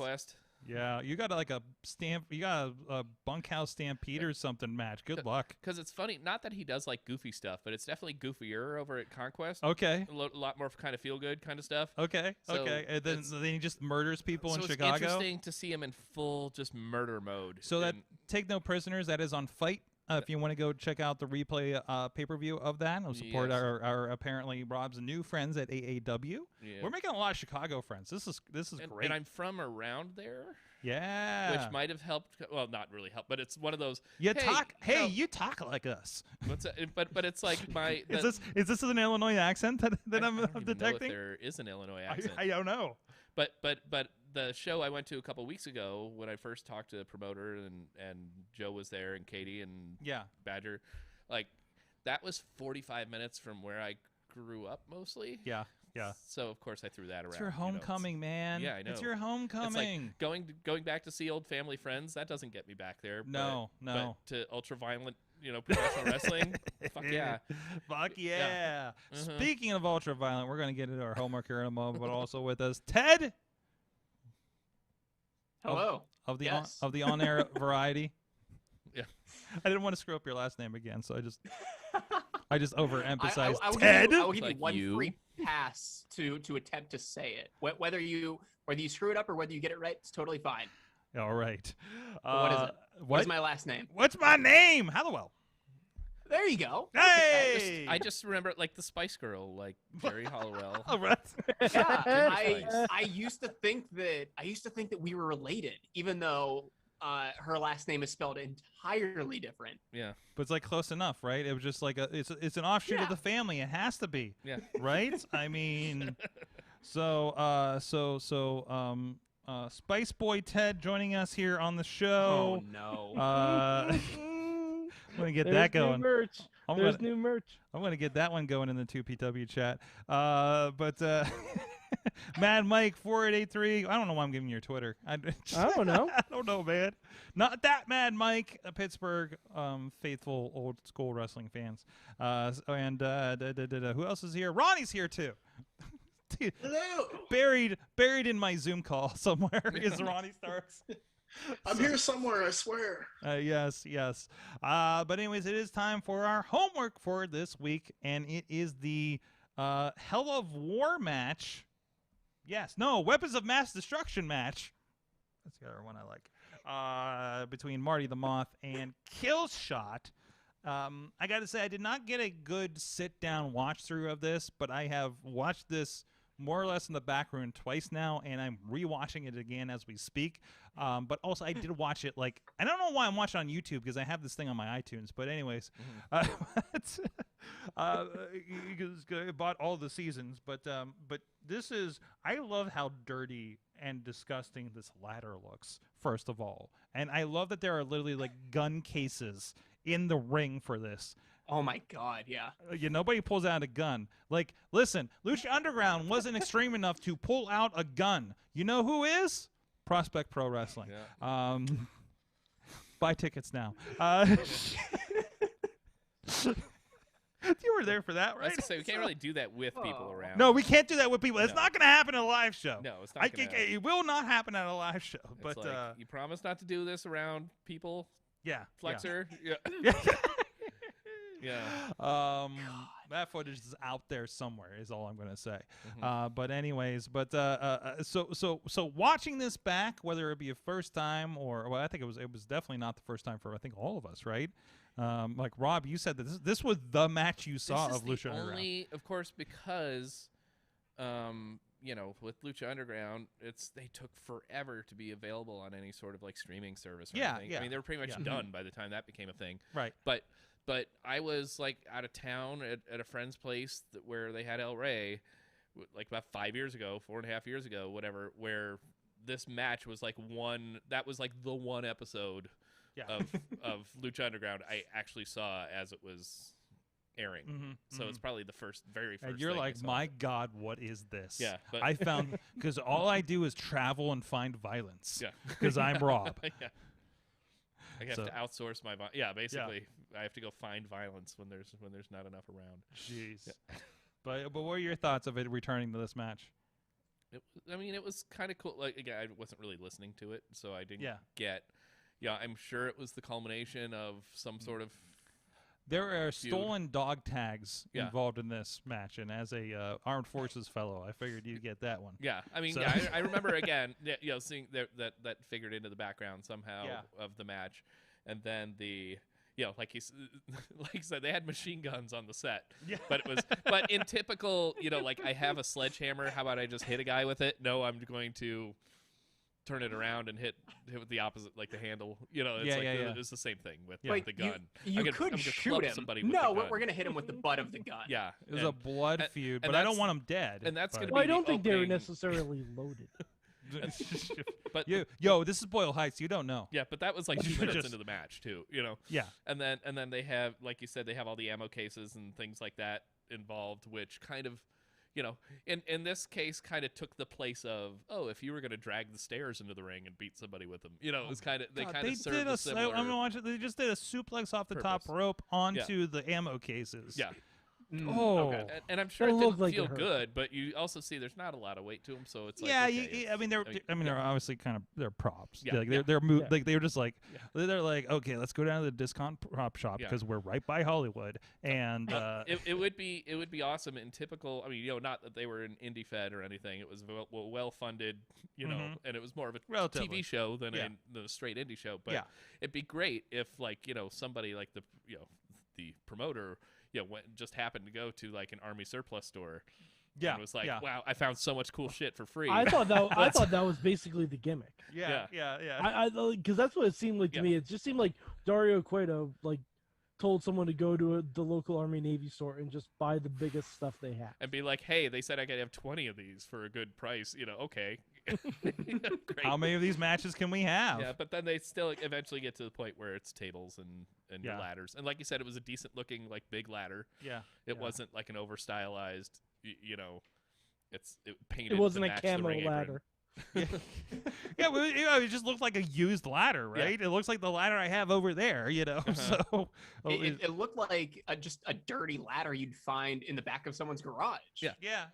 Not these like black matte painted ones like we use in WWE, right? Yeah. That's one thing I always loved about Lucha is that how distressed everything looked. Yes. Yeah.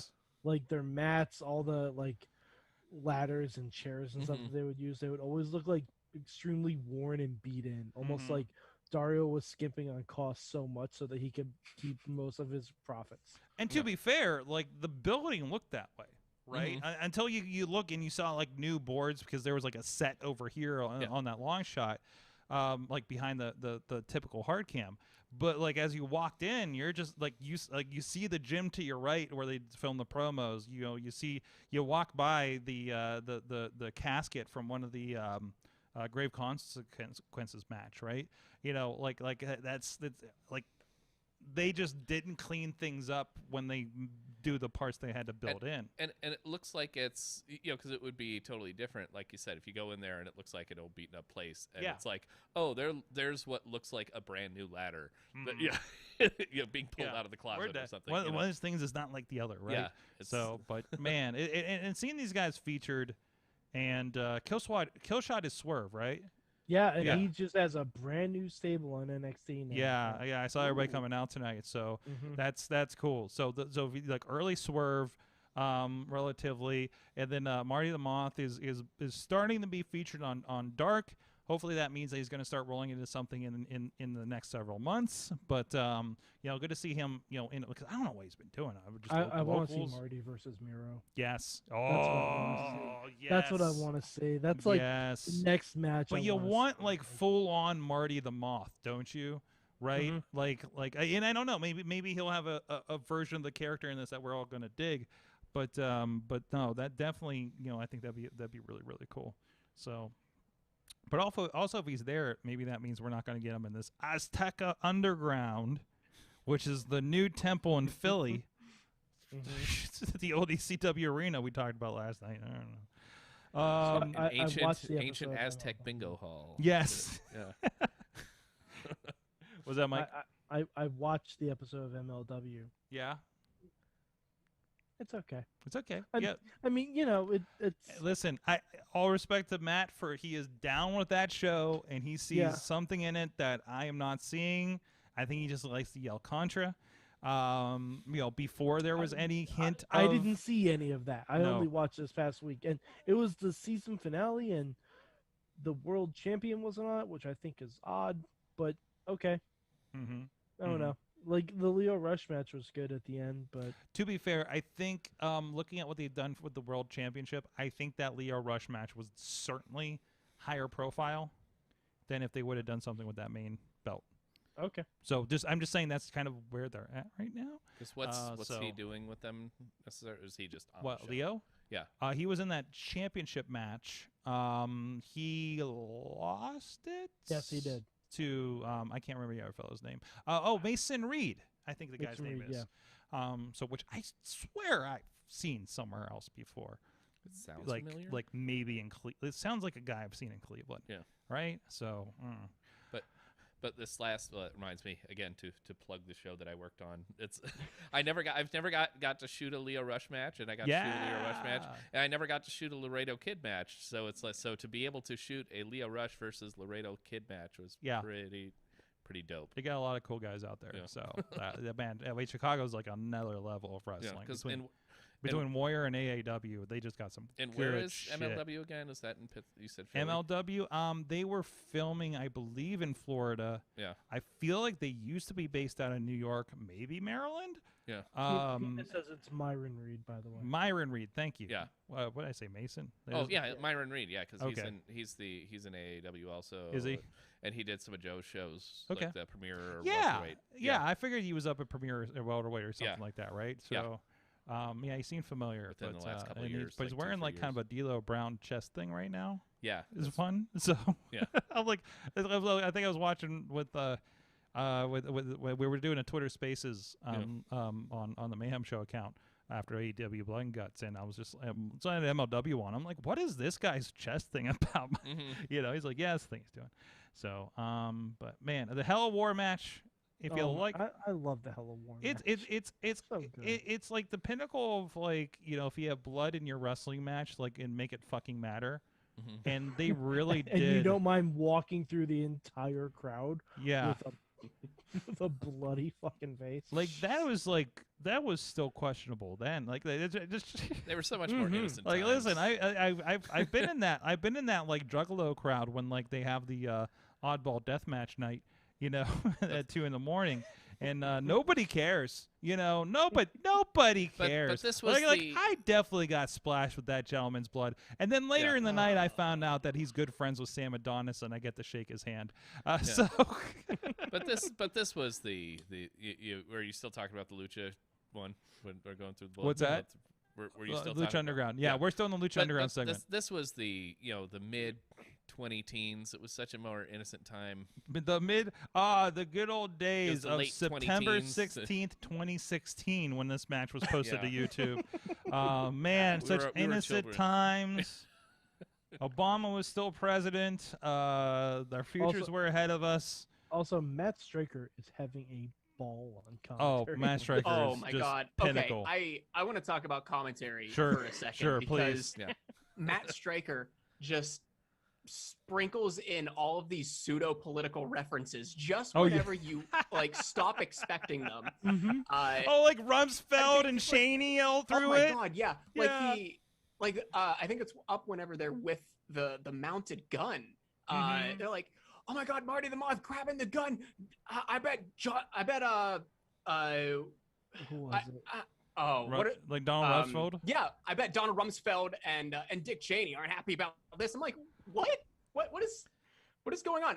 Another one that I did unironically love is whenever they climb back up into the bleachers on the hard cam side.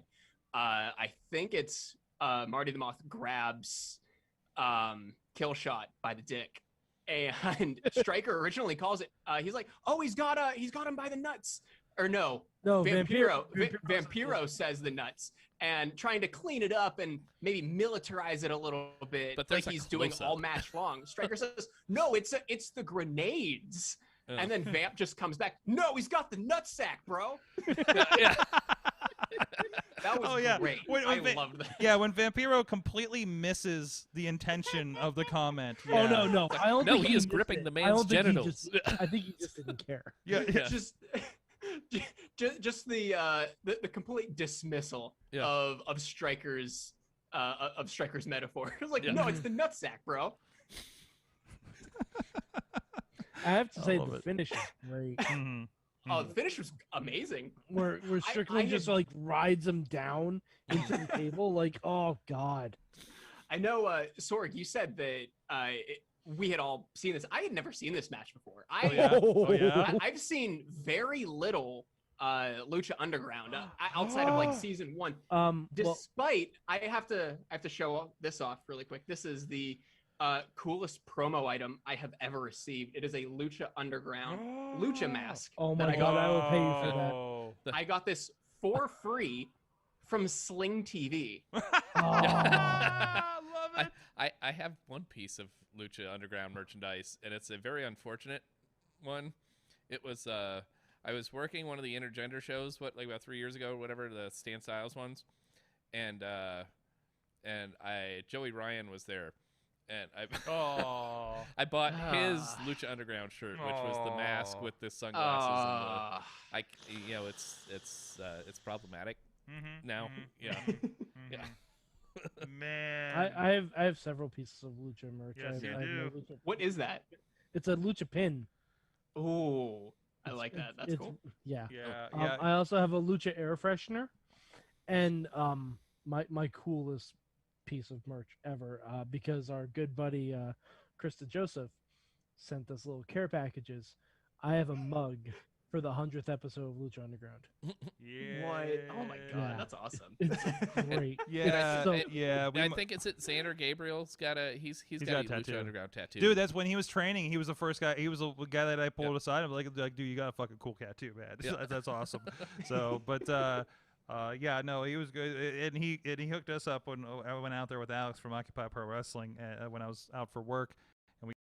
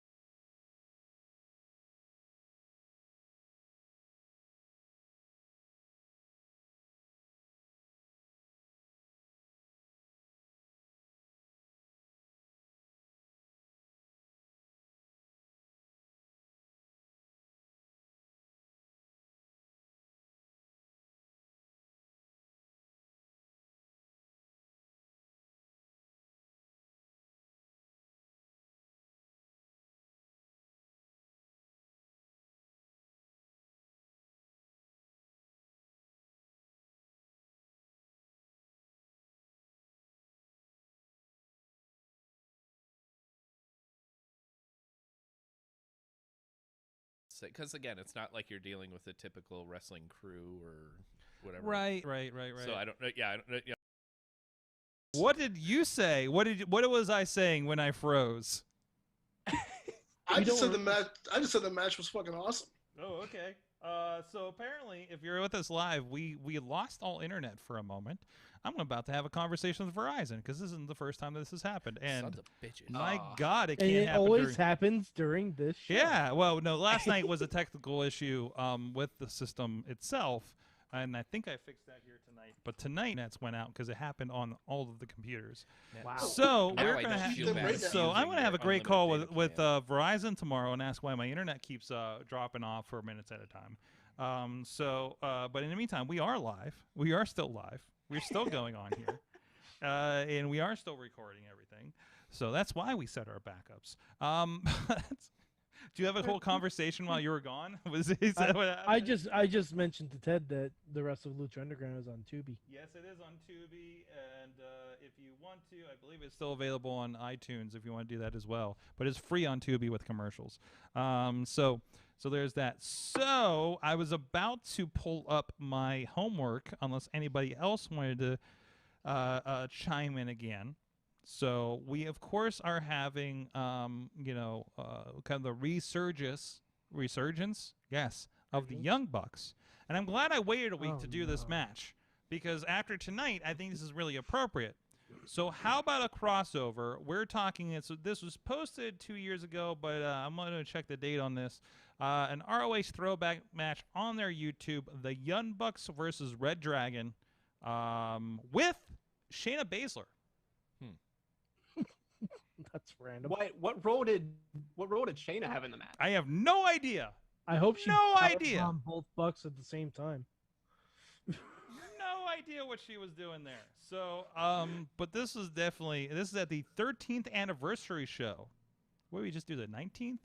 Did we just do the 19th? Is that pay-per-view? Yeah, 19th was this year, so 13th would have been what year? Okay. I'm trying to catch 2015, yeah. 2014 of Shayna here in this match, but this is going to be. Oh yeah, she definitely got involved a little bit. So there you go. Because I don't think she wrestled for them. I think she was just like a guest thing or something, right? And the full match is on YouTube. Yes, that's why it's the homework.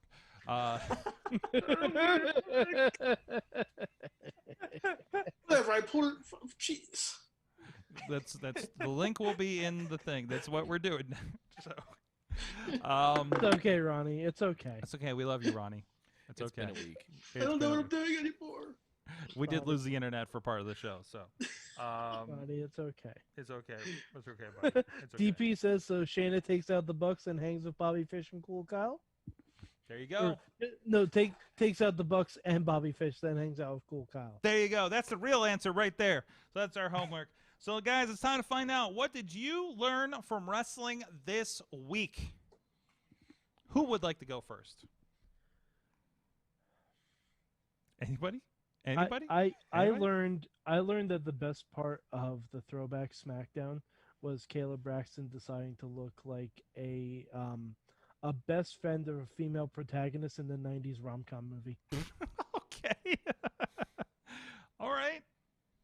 All right. What was that? It's honestly true. And she carried that look over to Talking Smack because, they say it's the next day, but they film it right after SmackDown. Did you wear this all night, Kayla? I don't know. I'm a little worried about you. about how your night went. What was it? So, I missed part of the protagonist of what? Of a 90s rom-com? Yeah. Yeah, she looks like the best friend of a female protagonist. Female protagonist of a 90s rom-com. So she's like Parker Posey or somebody. Yeah, kind of. Like, she looks like she's the third girl in Clueless, and it's great. Mm-hmm. Yeah. Mm-hmm. Okay. All right. What about you, Ronnie? What did you learn from wrestling this week? I learned that if you put a little more effort into hiding your props, then maybe people won't see the crash bags. You don't even have to hide the crash bags. Just shoot it from a different angle. I lean on camera work for that.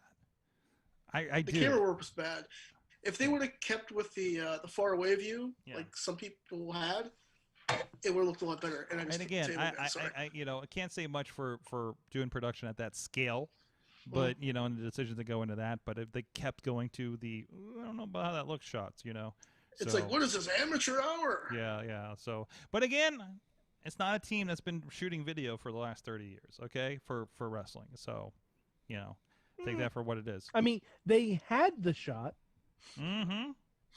So maybe it's having the producer. shot, making the live decision to push the shot. I mean, things Yeah, happen. but Sorg, you act like this was like no one knew this spot was gonna happen. They know the wrong spot's there. gonna happen. Yeah, you're not wrong there. Is this from the people that brought us the end of the exploding ring match? Yep. Yeah. So They yeah. have trouble closing. They do. Yeah, they their do. finishes Have need trouble a little work. closing. Absolutely. What about you, Ted? I learned. I mean, this is no surprise to anyone who's familiar with the Pittsburgh indie scene, but watching that Blood and Guts match, Wardlow is going to be a star in that company. Yes. Oh my god. Man, if a company that likes slow burn is that company. Like, he has had like what 3 matches ever? Wardlow versus Miro needs to be an AEW title match within the next 3 years. Oh, yes. Yes, Miro better break Darby in half and take that TNT title. I know he's right. not going He to, and it's better. going to piss me No, off. he Sorg, better. he's gonna. And he'll be I a think he's monster. No way. And he's just gonna be There's a no monster way. champion. It'll be great. I'm It'll telling you, Kip Sabian's gonna fucking spoil it. Better not. Better not. I- And just punt Sorg- him and punt him too. Sorg, Tybot bet on this shit. Hold on, man. Hold on. All right. Tybot bet. Okay. Tybot bet. What's that? Tybot bet. Tybot bet. Miro's Trust me, gonna, I want Miro to Miro's win. gonna more win the than TNT Championship Wednesday night. I think it's Wednesday night they're doing it, right? So Yeah. he's gonna win it. It's gonna happen. Okay, Darby's had it long enough. He's got that sting rub. He can go do. I don't know. He can rub something else. I don't care. Wasn't I think I heard someone say it may have actually been the AEW Twitter account that Darby's now held the title for longer than all other title holders combined. Is that right? That's Does not that sound that, right? That's not that surprising. Matt Carlin says, "See, I just showed up in time for to catch everyone trying to dunk on AEW." I love Dark Elevation. Who's trying to dunk on them? No, we're being honest about it, you know. I mean, we're loving it. Most of us here, I I've think, just love been it. more of a fan of Dark lately because that's where all our guys have been. Yeah, well, yeah, and the commentary is just superb with Taz. So, listen, man. I watch a main event. Main event got a lot out there. So, and I don't think you've seen the last of main event down there for sure. And I don't know. I see a lot of Duke Davis pictures with palm trees. I'm just saying on his Instagram. So I don't know. I don't know, man. And I've kind of learned this week that by being maybe a little more agile than the person they have on the job, it helps you get work on shows. Because when I worked at AAW, you know, and the promoter asked me, after seeing all my videos and stuff, he's like, "So you got the guy that like hops up on the ring and stuff?" And it's like, I can, you know? and then a couple minutes later, you know, it's like, "Hey, you want in, you know, to work the pay-per-view?" And it's like, "Sure." And he's like, "Okay, you're replacing that guy." And it was the middle-aged guy up on the stage. Oh, really? Wait, so you actively replaced the dude that was supposed to work the show? But I think they were guys that weren't, like I said, I think they were just there and they were production guys. Yeah. And they maybe the regular camera people weren't showing or something. So okay. The guy wasn't like upset when he was like the guy that was like going to be the replacement, and we're like, okay, instead of this guy, we got this guy over. So even for video professionals, it pays to get into a car and go to a wrestling show sometimes. Yeah. So and what I thought too, like the first match, I'm just hanging up on the stage, you know, I'm filming from the stage and from that corner and stuff. And then the producer's telling me, he's like, "Yeah, you can hop down and film around." It's like, "Oh, okay." I'm like, "Well, the other guy wasn't," so I didn't know if that was just their thing that you just shoot from up here. Right. And so yeah, like I said, being a little quicker on your feet. So Podner learned that. So Lady Frost had a match recently, I believe this past weekend, with Thunder Rosa. And out of that, apparently came this meme of Thunder Rosa having her in a move and apparently trying to bobsled with Lady Frost as the bobsled. And apparently, the Savage Gentleman has a thread of the memes, including them going down a bobsled track, and I believe the Chinese Olympics. Well, there's the sled as the Santa Claus's sleigh ride with the deers attached. Here's another old school game going 180 degrees. I think that was an N64 game. There's one totally tubular. Yeah, oh wait, there's the Kennywood. There's Kennywood log jammer. That was funny. That was good. And there she is as a cart in Mario Kart. So That one was also funny. And flying over flying over downtown Pittsburgh. Princess, I can show you the world. There you go. So all right. So thank you, partner, for sharing that thread for that. I learned from wrestling this week.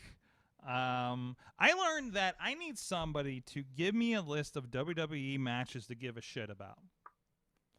Because I went in after a recommendation, and we talked about it last night on the Monday Night Show. I went back and specifically watched Main Event, the Ali versus Ricochet part 1 and 2 for the last couple of weeks.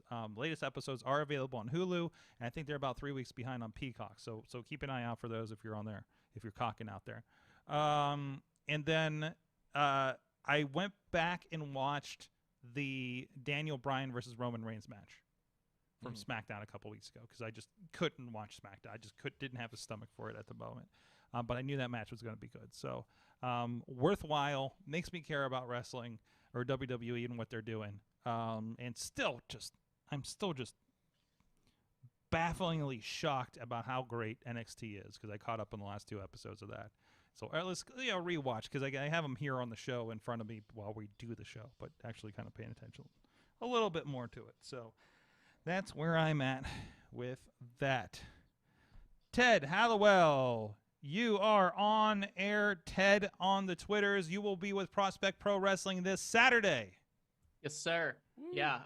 Prospect Pro Wrestling presents Payback at what's the name of the venue? The AK Valley Sports Center in Freeport, PA. Don't get lost. It's a church. You like, why is this address put me at a church? Am I in the wrong place? And you spend another 10 minutes figuring out if you're in the right place. You're at the right place. It is in the all back end up of being the church. It's in the back of the church. Yes.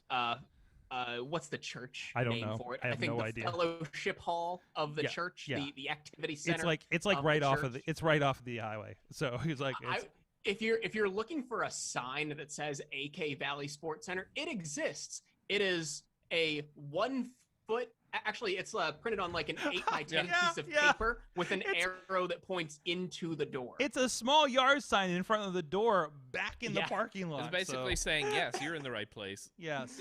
Yeah. With that sign though, beautiful venue. Oh my God. God. It's a great venue when you get in there. Whenever we walked in, I'm like, this isn't allowed for indie wrestling. This isn't allowed for like this area. Like I was comparing it to White Oak. Yeah, like it's like it's kind of like White Oak. It's like it's like a less shittier White Oak. And mostly I say that because White Oak's lights are the problem. Yeah. Myself and Hooven would complain about those lights all the time when we were doing didn't they remodel photo and video. I think they did remodel stuff. I don't know. Yeah. But I haven't been there in ages, so a couple years. It's been a while. The Chikara show. That's right. That's the last time I was there. That was 2 years ago. Yeah. So. And of course, Ronnie Starks will be at KSWA this Friday if you're in the area. I'm sorry, they don't do video, so I have nothing to recommend for anybody outside of the area for KSWA. So there's virtually nothing. So it's a thing. Like I love going to their shows, but yeah, it's fun.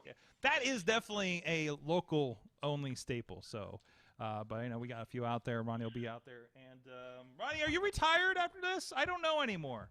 This is it. Yes. Yeah, Ronnie, are you sure? Are you sure? Dude, I get to go out in front of my family and friends. Yeah, I'm pretty okay with that. Okay. All right. So we'll see you out there. Also in the same location later this month is Goat Fest. I want to give a shout out to Matt Light. Is presenting Goat Fest. It's going to be a comedy festival in the same location out there. Go look up Matt Light's social media for that, please. I'm trying to figure out if I'm still in town that weekend before I go because I kind of want to go see Matt perform again. So you say Goat Fest? Goat Fest. Goat. Will there be goats? Chachi asked the same thing. I don't think that's what's meant there. I believe Matt Light is the goat. Or is it capital Do I have to bring a goat? Yeah. I don't know. I haven't read the rules. Like, you know what? Go buy a ticket, Ronnie. It's 5 minutes from your house. Yeah. All right. Now everybody knows where you live. That's probably a mistake. Yeah, that's probably. So, and Rob lives here now. Yeah, I guess I'll be a prospect too. I guess so. And then next week is is Pro Wrestling we're all going to Conquest Prospect on 24 Saturday. Are there going to be fans at 247 MMA that you're working? I don't know. We haven't gotten the word on that. Like, you're doing a we're getting back-to-back paid, right? show, but like, yeah, like, so that's 'Cause something. it was so nice last time. Oh, I where- love doing an MMA show with no fans. Yeah. I'm like, can we keep doing this? I don't care if the pandemic's and again, over. we got paid the same. Yeah, we got paid the same. But it's just, that all worked. So I'm sure I Mike mean, probably took a hit, but or maybe not. I don't know. I think Mike was fine. I Really? think Mike was Okay. fine. I don't know who. Listen. I can't tell. I have never figured out heads or tails about wrestling financials. Yeah. MMA is. I've been to enough of those shows on the production side. It is a whole other beast, and I think there's a ton more money involved. Yeah. And I still don't understand it. But Yeah. there's definitely some stuff being tossed around Plus, there. he was So like on his it's 39th gig of the week. Yeah, that. Well, I got another bit of information about that gig. I'll tell you off air. Yeah. But anyways, because Mike just came from the Dominican Republic, like literally the day before, but so in November. But anyways, love you, Mike. But everybody, go check out everything out. Like I said, Indie Mayhem show is set to return this Friday with Joe Nabrowski talking about the Brian Pillman Memorial Show.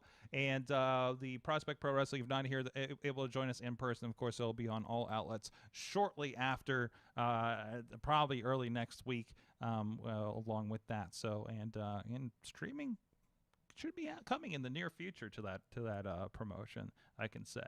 So definitely turning the screws on that. We got to start over. We were listen. I think we were set to stream with 2PW in April. Yeah. Was like a good date last year, right? Yeah. Maybe late March. I can't remember if they had a show lined up.